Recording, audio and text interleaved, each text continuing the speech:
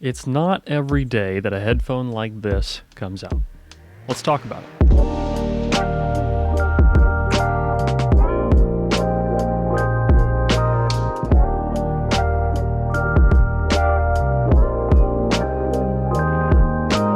I've got with me here today the Meze Empyrean V2. The embargo on it just lifted, and I want to note, this video, well, it's not sponsored in any way. There are no affiliate links in the description. If you want to support the channel, it's things like this, t-shirts, hoodies. You can check them out, the link in the video description. I'll probably mention it again later in the video. So, pull up a chair, let's talk. Meze's released quite a few headphones at this point, and now, well, it's time for the Empyrean to get a refresh in the V2. And while some things didn't change much, some other things changed a lot.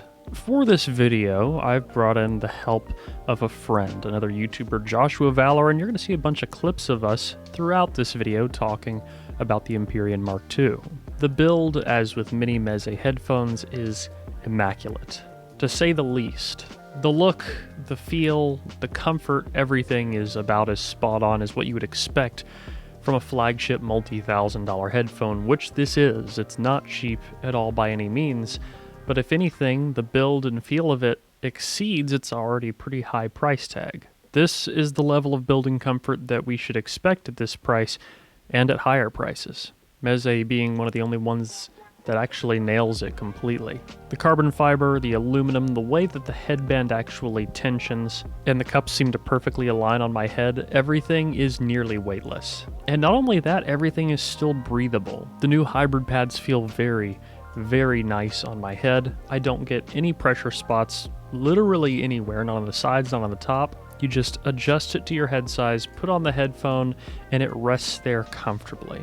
And it's really shocking how light it feels given how much headphone there actually is. We see the same mini XLR connectors as on Empyrean V1 and on the Meze Elite. And again, Meze delivers a very, very nice feeling cable with it. This also comes with a carrying case, latches on it that I really like, a big thick leather handle, and some alternative angled pads, which, truth be told, I really don't like the angled pads that much. We'll talk about that in a minute though in sound. All in all though, build fantastic. Let's get into sound quality. In my 109 review, I literally said in the beginning that Meze is getting better and hi-fi manufacturers should be scared.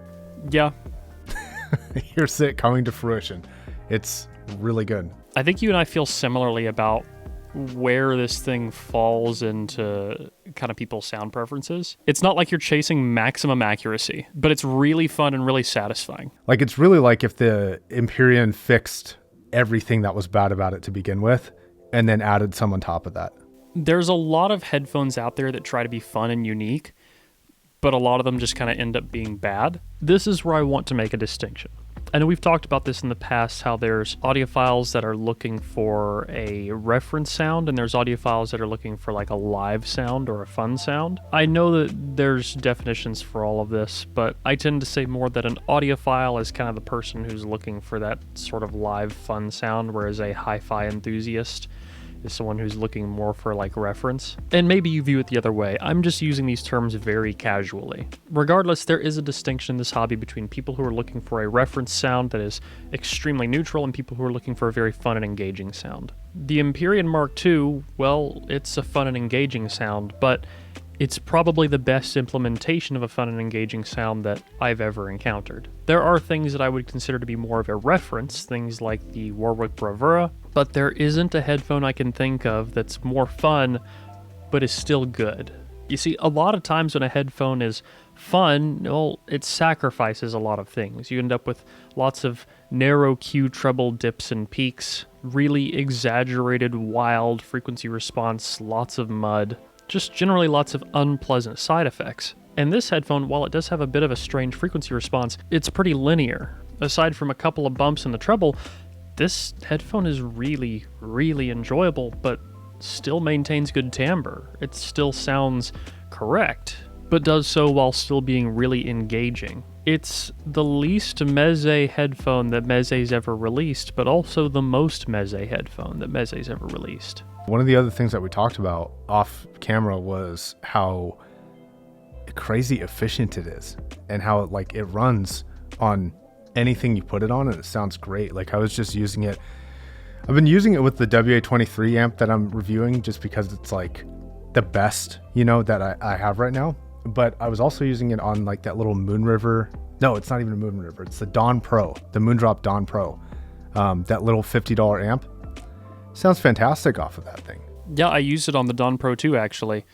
I've told you this before, my daily driver amp now, for like, I did it for 100 days and then I've done it for like 2 more months since then, has been the Quest Style M15, that little dongle.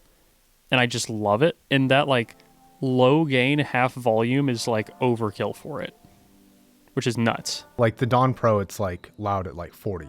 Bass sounds full, it sounds rich, but it's also not bloated or boomy, despite having some decent warmth. The low mids are really solid, and it seems to roll a bit more as you start to approach the vocal range. The upper mid-range and lower treble is a bit soft in comparison, and then we start to rise back up. It kind of reminds me of if you took the IE600 or IE900 and made it into an over-ear headphone. I think I'm leaning more towards the IE900 in this case. You get a very wide sound. Vocals definitely project well into this space, but it's not hollow sounding. And I think that's the big thing. A lot of headphones that seem to recess in the upper mid-range and lower treble usually result in a bit of a hollow sound, and this somehow isn't guilty of that. In fact, it does a really good job of sounding intact across the frequency spectrum while still having some pretty strong flavorings. You know what else is fun? This good distortion hood. You can check this thing out at dmstech.store.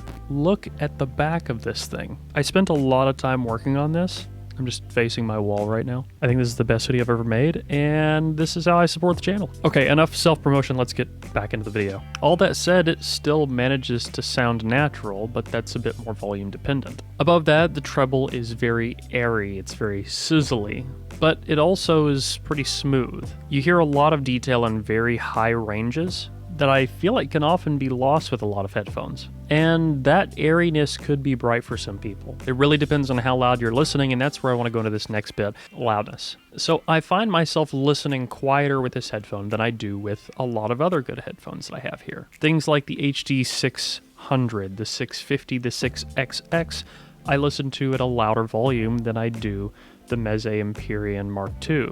For how much I gush about the new Empyrean, it is more difficult to turn up to higher volumes than something like the HE1 or like a HD 600 or something like that before the treble can be a bit much for me. It's not like it's bright, because it's not bright, but I find myself listening at lower levels on this than I would listen to on like an HD 6XX. It may not be a bad thing, but yeah, like if you're turning it up to meet like a volume output for mid-range, for example, like, yeah, I could see where that's a problem. When you start to really turn it up, it starts getting a bit brighter. So it kind of depends on where you're balancing your volume for. If you're balancing your volume for the upper mid-range, your ear gain areas, then it's going to sound brighter. If you're balancing your volume for your bass and for your airy treble, it's going to sound fine. I think this is going to be a very subjectively dividing headphone depending on both how loud you listen and your tolerance for airy treble. This is nothing like bare dynamic treble. It's not bright in that sense, and definitely not bright in the sense that Moondrop seems to love lately either. But the term I would use again is airy, kind of like what we got with the Meze 109. But overall, before we move into frequency response, a conclusion on the subjective traits of this headphone are that vocals are very clear, very crisp, very airy, and very defined, but still warm and bodied. Everything sounds very rich and textured and detailed. Things like guitar, bass, any distortions, strings are all just extremely lively.